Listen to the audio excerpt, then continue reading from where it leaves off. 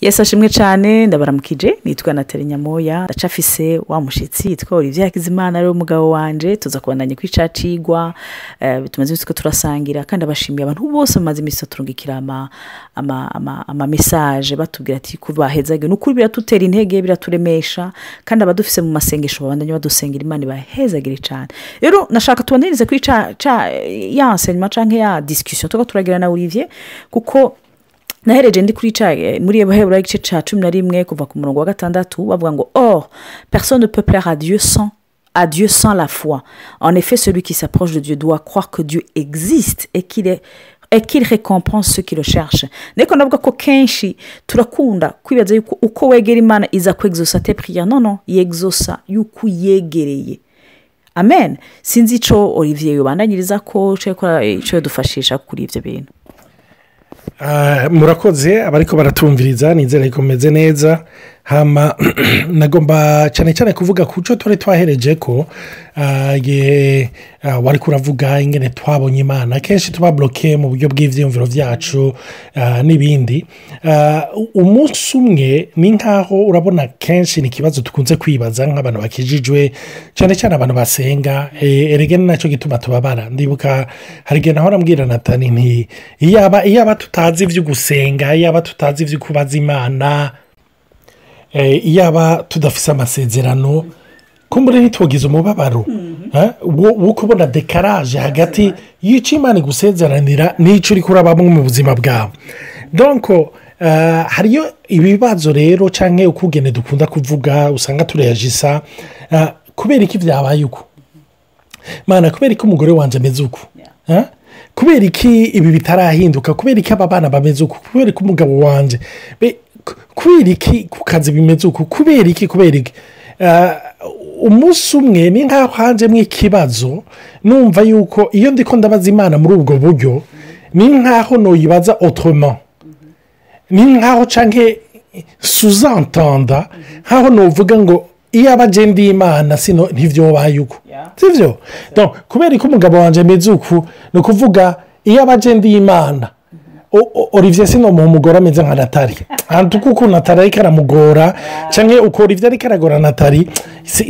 sinari kumwe umugabo ameze uko urumva donc wumva yuko umenga Imana haraho yihenze hari ukugena itabikoze hari umwanya itarespecte hari ibintu itagize donc erega iyo niyo problème kuko twebwe twumva yuko twari kubikora neza antuka nukuri ntivyari kubaho ntivyari kugeraho urumva ni nka vya bindi bashiki barazaro bavuze iyaburi ngaha ofete rero wagize nuko utaje kare urumva rero wagize nuko utaje kare urumva kuba waje ubunye n'ivyo uraduhoza mugabe yuza kare kumbura ibintu vyari guhinduka hama rero Chanibaza ikindi kibazo cha kabiri par rapport yizo frustration mwibuke yuko twari twahereye muri audio ya fois passé turiko turavuga iyo frustration par rapport y'ikintu tubona kidahinduka hama rero chanibaza iki kibazo canke ikibazo numvise nanje umenga Imana isa nimbaza ati mbe Olivier no guha umunezero wa munezero wumva umuntu yarosa kazi kakandi kambere gakomeye mugabo nkaguha uwo munezero sindaguha ku kazi wumva woba umuntu ari epano iyumvire wowe ugomba ko umugore wahinduka cyangwa umugabo wawe wowe ufise uwo mwana kugoye wowe ufise iyo situation kugoye Imana yokubwira iti no guha amahoro wibaza ko woronka mu gihe uwo mugore uwo mugabo yohinduka wumva vyoba bigikenewe ko ahinduka urumva ni kibazo numvise umenga ndiko ndabazwa nawe ngomba kukubaza rero Imana ni nkaho isa nimbwira ni nkaho isa nikubwira iti umve ico ngomba kuguha ico naguhaye à travers mon fils kirengeye ica mahera yose yoguha kirengeye ico umugabo w'intwari w'indanga w'igitangaza yoguha kirengeye ico gitanda ciza coguha kirengeye ico konte yawe yoguha nico gituma rero muri iyo frustration yose Imana igomba yihutira no kugugurura amaso no kugutahuza ubutunzi uryamyemo hari umuntu yigeze gutanga akarorero karankoze ko cyane ariko aravuga ati nk'ubu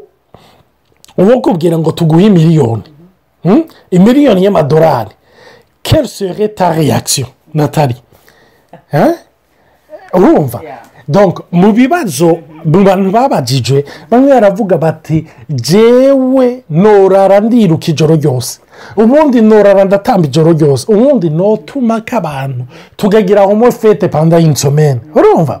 hama uwo muntu aravuga ati mugabo imbere y'uko bagusinyira iyo miliyoni bakaca bakubwira bati en contrepartie turaza kukwaka ijisho ryawe rimwe urumva donc tuza kuguha miliyoni mugabo uze gukuramo ijisho tugukuremo ijisho rimwe uriduhe contre miliyoni ati ni bangahe ariko ababaza abantu bashika hafi 10 sinibuka muri abo bose baravuga bati no way havyo dushobora kwemera acara bumvisha turumva nuko mutahura yuko ijisho ryawe rivara plus que 1 million de dollars ati none kutaryohewe muri ubwo buryo nicyo gituma rero iyo turiko turavuga frustration ibintu bitarahinduka ibintu bitaraba turifokalize ku bitari ivyo turifokalize aho tutategereza kwifokaliza nivyo ndaza bariko baranyumviriza ariko bavuga bati Olivier kameme ntiwe exagere turacari ngaha kuri iyi si hari bitubabaza nivyo hari ibintu bitubabaza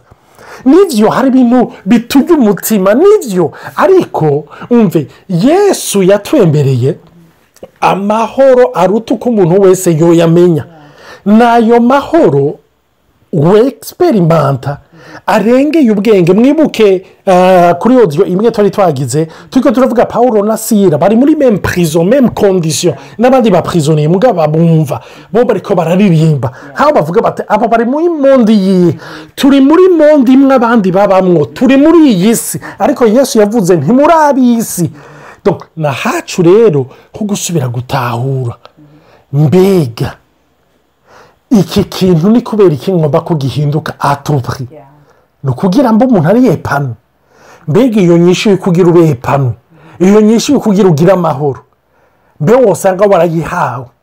si kuvuga yuko bitari important yuko mwubakanya hinduka yuko bitari important yuko uronka ayo mahera ugakemura ibibazo abana bakaja mu ishuri ugafungura neza n'ibindi no ariko ndiko ndavuga ejo ni waronka ayo mahera yo gufungura ejo hazoba hari ikindi kumbure kizokubuza amahoro ariko Yesu ati reka ndagukemurire ivyo bibazo byose bizonavuka nejo naho rero nagomba gushimikira Imana bahezagire. C'est très intéressant en tout cas jewe ndiko ndasubizwamwo kenshi iyo turaganira na Olivier je remédite kansura nkarimbura ça m'aide beaucoup en tout cas ndashaka hari ikintu wavuze qui m'a beaucoup interpellé yuko uravuga yuko iyo tumvise la frustration indirectement ni kukubwiye Imana uti warihenze moi si j'étais Dieu je ne ferais pas ça des choses comme ça hein? Donc majamake non c'est vrai que vyerekana ukutizera ko tutagira confiance ugira kabiri je me dis que turaba tellement dépendant na circonstances tubamo hari inkuru nziza turaryoherwa hari inkuru mbi turarira hatagi hari tukamatumenga turi twashishwe nico gituma d'ailleurs nizi confirmation zaje gureverera ibiri muri twebwe kuko uraba bloque cyane nk'abantu bari hanze honete bire bibujijwe gose ko umuntu ava mu nzu ukamara amezi mwicaranye uri wenyene ho harabarira ngo DJ nyene uri kumwe n'abana tukarira ngo abana baradusarishije uri kumwe n'uwo mubakanye ukumva umugabo ngira ndamwice ukibaza none decidement abo bana barabakunda none uwo mugabo mubakanye waramukunda none warikunda wowe nyene donc quelque part iyo frustration iza gurévéler imicafi isanzwe iri muri twebwe mu majamake ntiwizera Imana entre temps ahubwo ntuzi n'icyo Imana yashize muri wewe amen donc je me dis que Imana permet ibintu bimwe biza kudufrustra kuko vraiment d'un coup Dieu peut changer ibintu byose ariko kugira tureke kuba dépendant y'ibiri hanze udafise akazi urarira ukagiyemwo ukarira kandi ukibaza uti none décidément tu veux quoi hama kutaba manipuler c'est très important par les circonstances nico gituma dutege Imana ipermeta yuko haba ama circonstances nka ya Lazaro Martha na Maria bari bamuze nk'ukiza bari bamuze le guérisseur le médecin suprême bavuga ati tufise umugenzi wacu sumuganga wasigaze burya umuganga akomeye mumenya kuko uzi ko yakemuye ibibazo bitari bikeya ariko ntibari bamuze nk'uzura rero sometimes hari igihe imana ishaka kutujana mu yindi dimension umenga ibyacu bisa nk'ibipfuye bikamara iminsi abandi bitari bwabo kibazo no mu isi ntibipfa bipfa umunsi umwe vre ati mugabo none kuri kijewe bimaze iminsi ine kubera imana ntiririmite donc kenshi turagira ingorane yo kutahura la grandeur de Dieu kuko iyo grandeur negeze kubivuga mu zina Dieu ndiko ndatangwa sur la définition turagira ikibazo cyo gutahura yuko ingene imana ivuga ibintu siko twe tubitahura n'est-ce pas ndibuka umuntu bigeze kubwira ngo umunyagihugu mu Burundi sishaka kuvyo yari kera vraiment nk'uri adolescente bambwiye ati none wowe nk'umuso wa president w'igihugu wocugira iki ngo je ngo noca ngi mukaturi mwivuka presidence we yayibonamwo kujya neza sabiri ko bisigura ko yarakenye mu buryo kujya umukaturi mwivuka vyari le luxe absolu twebwe natwe hari igihe twumva la gloire de Dieu nk'umukate nkivuka ariko imana gati natari kujya c'est un besoin élémentaire ni ivyo nzobikora ko nshaka kujana muri dimension umbona ubunini bwanje rero abayo rimwe iratujana mu hantu menga nkuko nabivuze irashobora gusa nkishishiriye nabi mais cette frustration iza guhevera notre limite aho dushikana mu kwizera kwacu sinzi ico ukojuta ko kuri binyibukije ivyo wari kuravuga binyibukije ijambo Yesu yavuze ati ugomba kunkurikira ni yihebe ubwiwe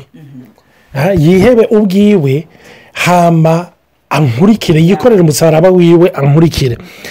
ugiye kuraba message Yesu yatanze ni message novuga itandukanye rimwe na rimwe n'ivyo dora tumva rimwe na rimwe ariko ngaha munyumve neza abantu muri ko murumviriza iri jambo sugupinga ikintu icyo cyo cyose urabona kenshi ari gihe tumenyereye ubutumwa turabivuga ndanabivuga nanje cyane washaka abamenyereye audio turavuga ni wakire cakira turakunda kubivuga cakira nivyo imana yiteze kukugira neza kandi imana chaque jour hari ikintu igomba kuguha ni byiza gucakira mugabo rero Yesu yaravuze ugomba kunkurikira ugomba no kuvuga kunkurikira bisigura urabiyo image nigihe uvuye aho wari uhagaze kugira uje aho Yesu ahagaze kandi kugira turonke ubwo bugingo busagutse ifo yuko tuva aho duhagaze kuko aho duhagaze niho hari limitation aho duhagaze niho hari confusion aho duhagaze niho hari agitation rero kugira tumukurikire atubwira ngo turekure muri ico gihe ntatubwira ngo cakira kandi mbere yuko cakira bubanza kurekura urumva donc nico gituma n'ubu numva agomba kubwira umuntu ariko aranyumviriza uhamagariwe kurekura kubera hari ibintu wumiye ko hari agafiyerite ka famiye wamwivuga ibintu bya culture hari umuco abarundi hariyo n'imiryango y'abarundi hariyo ubwoko bw'abarundi cyangwa bw'abanyarwanda cyangwa umunyafurika hari utuntu tumiye ko mugabo Yesu akavuga ati rekura ivyo nivyo bikurukishije rekura iyo fierté iyo vision yawe uko mbona ibintu uko numva ibintu aho rero iyo urekuye Yesu rero ntihatangura kuguha ntihatangura kuzuza rekura upfe kenshi iyo tuvuze ngo ivyo gupfa hari abantu bavuga ngo Yesu ugomba kumukurikira ukwiriye gupfa mugabo mwame mwibuka iminsi yose iyo tumvise ngo umuntu yapfuye ikibazo tubaza ni iki yishwe ni iki nta n'umwe tuvuga ngo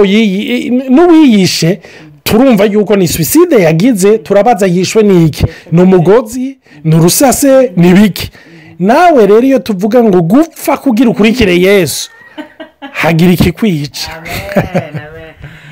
nashaka guhereza ku ntahe itwenza gatoya je muhapari yuko kuko hari igihe ugasanga utwo turagira audio urashaka kugwa muri piège ko bati ça toujours été parfait entre vous nukuri twaragize urugendo twariduduye tubahumurize n'ubu si byaheze turaciga kandi ntaguciriyemo gatoya Natali nagomba kubwira abantu bariko baratumviriza izi nyigisho canke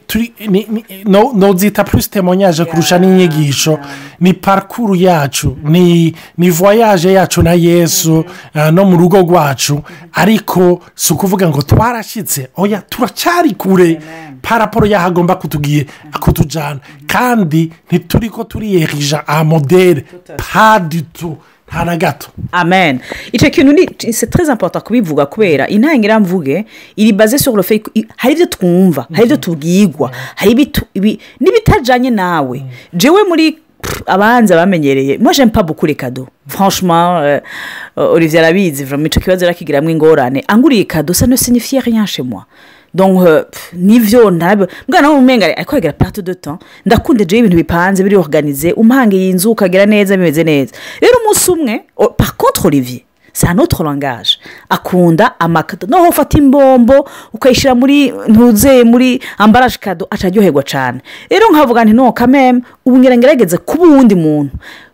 kumwe abantu bakubwira ngo ugerageze ufate neza umugabo bene uwo munsi ndita ko ndagerageza ngo ndigira umugore w'igitangaza ndaja kugura cadeau ça ne veut pas dire qu'il faut pas que vous achetez les cadeaux kubago oya abahora bikore neza kandi ico nabonye iyo uhumeka namwe muyera c'est encore plus efficace je vous assure il y a des cadeaux que j'ai fait à Olivier muga hari gihe ubikora kugira ngo ukore kundi muntu ya piège gushaka gukombla l'autre alors que ce n'est pas à toi yo kumwuzura no kumukombla c'est le Saint-Esprit hama mwe muyera maze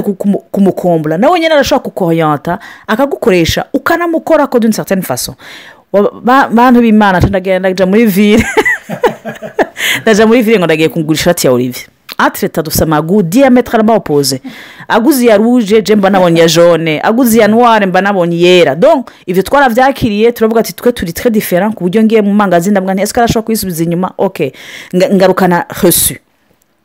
rero umunsi ndagenda gura cadeau mugabo ngenda nishimye ndagenda n'abagenzi banje baraza kwimenya ndishima ni hewe no munsi nakoze ibitangaza nabaye umugore w'igitangaza naguze cadeau kuko mpara numva abandi bagore babikora mugabo kuko Olivier kubivuga n'abagore babandi bagabo s'abagore ba Olivier jewe ni jewe umugore wa Olivier et c'est avec ma marche avec le Seigneur nshika vy'ukuri kuba umugore wa Olivier uwo munsi ndagenda gura iyo cadeau hama ndayizana muhira nishimye Olivier arayiraba ati ibintu wanzaniye abantu b'Imana ya ntibijanye n'ivyo je nshaka none mbona ntaco le geste tant kireba apprécier le cadeau arambwe none wayaguza ngana mwe ntayaguze amahera yari 100,000 francs ati yo yuca handi uri kuronka menshi je sais abantu bashobora kuba scandaliser mugabo sama je vais vous dire pourquoi vyari vyiza ko basmotane muri ako kanya ndababara vraiment ndababara no kameme mugabo niye ndahuye je nitoye nakora muri public n'amahera make naguze cadeau akacarambira ikintu cigeze kunkora ati none ganatari waguze cadeau kugira undyohere cyangwa waguze cadeau kugira wiryohere numva umenga ni icumu kabisa ciniranda ko twe la plupart y'ibintu kenshi dupoza mu buzima bwacu yaba même dans nos relations n'abana bacu nabo twubakanye n'abagenzi bacu n'imiryango yacu c'est pour nous faire plaisir à nous rero il faut yuko uca muri situation Imana idetruiza wiga kurekura ico wabwiwe wiga kurekura ico wize kitava ku Mana. Amen. Hari n'uwundi nawe azohomekerwa namwe ati hagurukuje kugurira umugabo wa bibi navyo birabaho ikiri important c'est d'être inspiré par le Saint-Esprit niho vy'ukuri ubona ivyama biva bizima rero jewe naravuwe n'utuntu duto nk'utwo kenshi mu rugo twanka tudufrustra tutubabaza ariko ugasanga au-delà de la frustration Imana ikira kwigisha retirekura si wewe ubikora ni jewe ndabikora numva hinge gato muhereza Olivier gati cyo yongereza mu mbabare no musi twarengeje gatoya nanje nkuko Imana yamubwiye kuri ico kintu wayiguze kugira unezereze Olivier cyane kugira winezereze nanje mu nyuma narumvise Imana iri kirambwira iti Olivier raba geste au-delà ya karite yicaguhaye